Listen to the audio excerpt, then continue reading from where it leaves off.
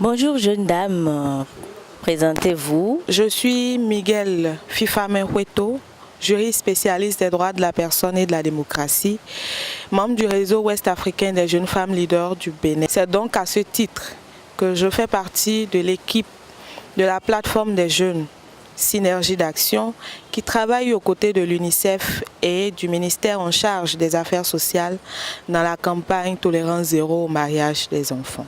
Pourquoi la campagne Tolérance Zéro a-t-elle été lancée et par qui? Alors, la campagne Tolérance Zéro est une des recommandations de l'Union africaine pour que le mariage des enfants puisse cesser en Afrique. Et le Bénin n'est pas le premier pays à avoir lancé la campagne Tolérance Zéro au mariage des enfants. Plusieurs pays ont précédé le Bénin. Et le Bénin, sous le leadership du ministère en charge des Affaires sociales et donc du gouvernement du Bénin, en collaboration avec le soutien de plusieurs partenaires techniques et financiers dont l'UNICEF, a procédé au lancement de la campagne Tolérance Zéro au mariage des enfants le 16 juin 2017 au Palais des Congrès de Cotonou.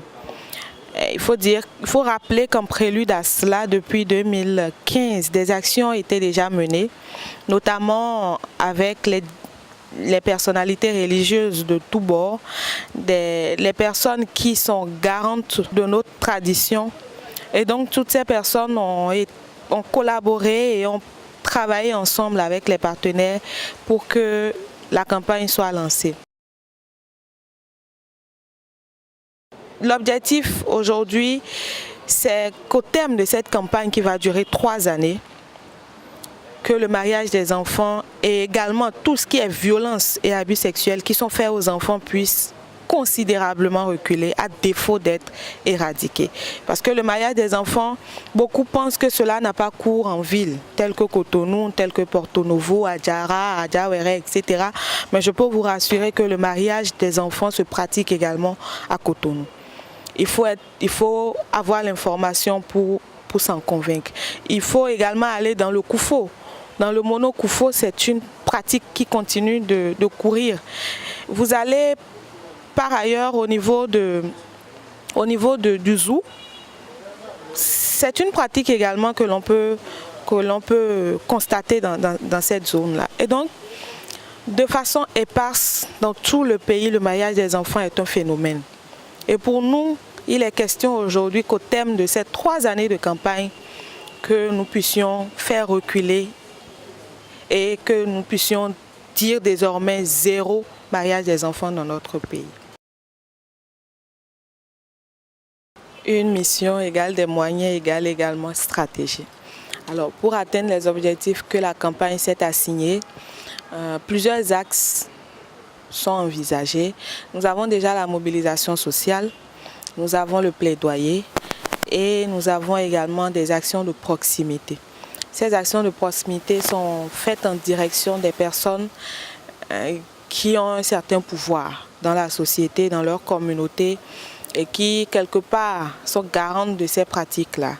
Donc, ces actions de proximité sont également adressées à des autorités à divers niveaux, les autorités préfectorales, les autorités communales, les chefs d'arrondissement, mais aussi les forces de sécurité et pour finir, le personnel judiciaire. La première année de la campagne est axée sur l'éveil des consciences. Voilà pourquoi il y a beaucoup de bruit autour de cette campagne ces dernières semaines pour déjà faire comprendre à toute la population que le Bénin est, je ne dirais pas en guerre, mais s'est levé contre le mariage des enfants. Et donc voilà les différents axes sur lesquels la campagne s'appuie.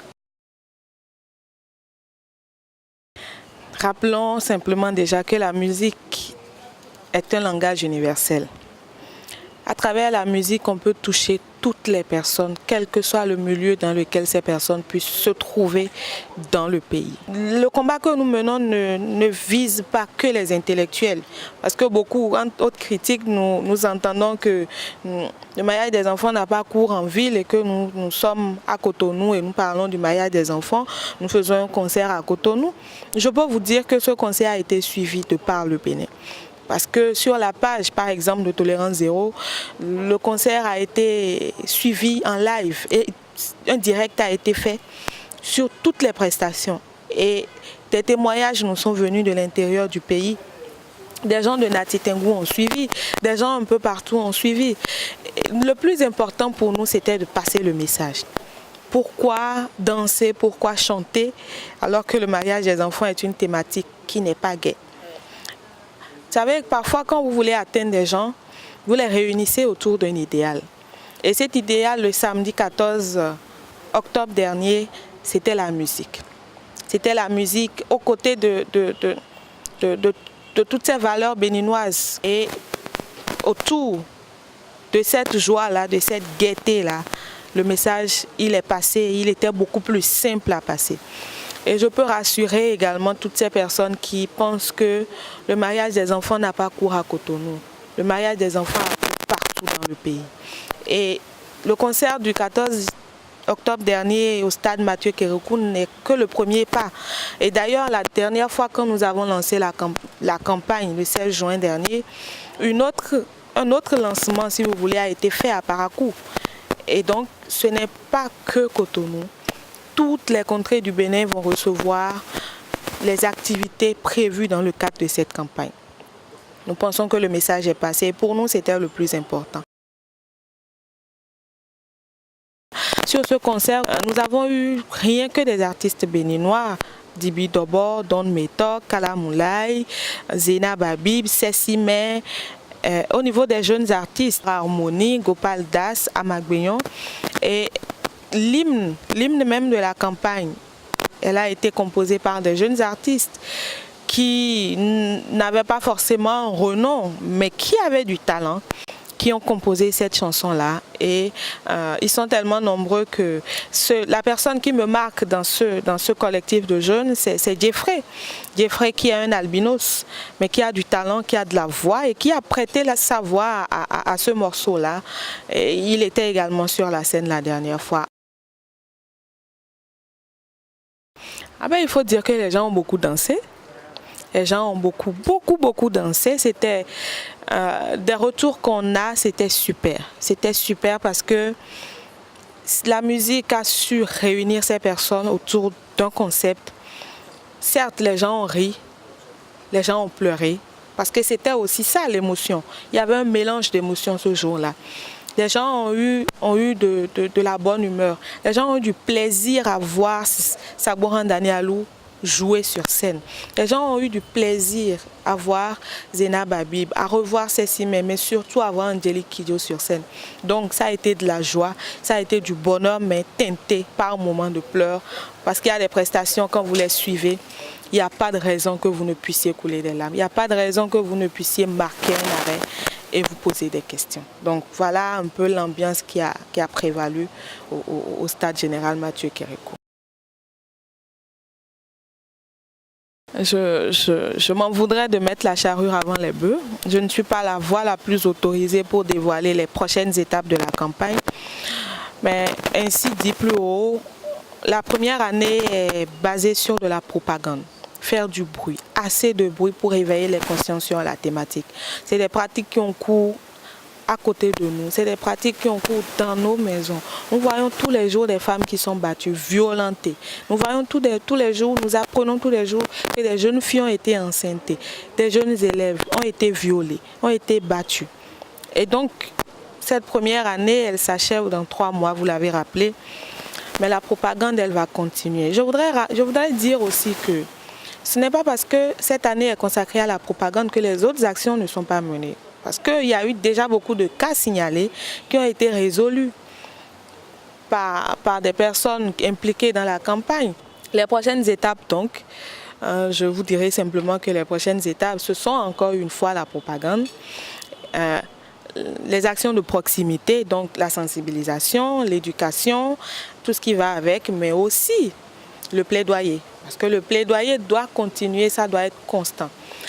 Et je le rappelle encore une fois, je ne suis pas la voix la plus autorisée. Je laisse le soin sans doute aux personnes les plus habilitées tels que Madame le ministre qui préside le comité ad hoc au plan national et pourquoi pas aux différents partenaires qui sont sur ce projet-là pour dévoiler les prochaines étapes.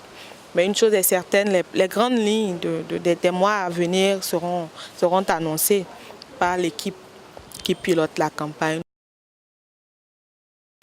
Je voudrais déjà remercier la presse béninoise pour tout ce qu'elle fait. Je peux vous rassurer que ce que vous faites n'est pas perdu. Depuis le 16 juin 2016, vous êtes aux côtés de toutes les personnes qui sont engagées dans cette campagne et vous faites un travail formidable. Et il y a un exemple palpable qui m'émeut depuis samedi dernier, c'est que sur l'esplanade du stade général Mathieu Kérékou, nous avons rencontré un jeune Nigérian. Un jeune Nigérian, Bassit il s'appelle, qui est venu du Nigeria le samedi dernier pour assister au concert. Et comment? Parce qu'il a lu sur les réseaux sociaux, il a vu, le message est passé, il est venu. Il comptait rentrer à 19 h le samedi dernier, mais je vous assure, il a porté le t-shirt Tolérance Zéro. Il est resté à nos côtés jusqu'à la fin. Ne sachant pas où dormir, un de nos collègues l'a hébergé cette nuit-là. Et le dimanche matin très tôt, on l'a accompagné pour qu'il puisse prendre le bus et rentrer sur le Nigeria. C'est juste vous dire que ce que vous faites, vous ne mesurez peut-être pas l'ampleur, mais vous faites du beau travail. Et donc, merci pour ce que vous faites. Je voudrais également remercier au nom de la plateforme des jeunes Synergie d'Action, le ministère en charge des Affaires sociales, mais également les différents partenaires tels l'UNICEF pour avoir accepté de nous associer à cette campagne en tant que jeunes.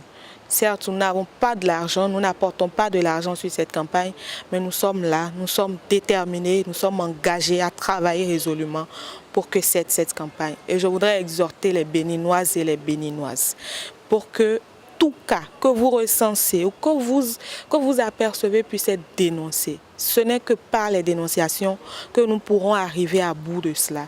Dénonçons et par ailleurs, je voudrais demander la collaboration de tous, que les forces de sécurité qui font déjà un travail formidable puissent continuer et également que la justice béninoise puisse faire son travail comme elle sait le faire pour que des cas soient résolus, pour que des enfants soient arrachés des griffes de ces fers-là, du mariage, mais aussi des différentes violences qui leur sont faites. Je vous dis merci également à vous pour cette interview. Merci d'avoir voulu nous associer, merci d'avoir voulu nous écouter. C'est un plaisir et j'espère que cette collaboration va durer tout au long de ces 3 années pour que cesse résolument le mariage des enfants dans notre pays.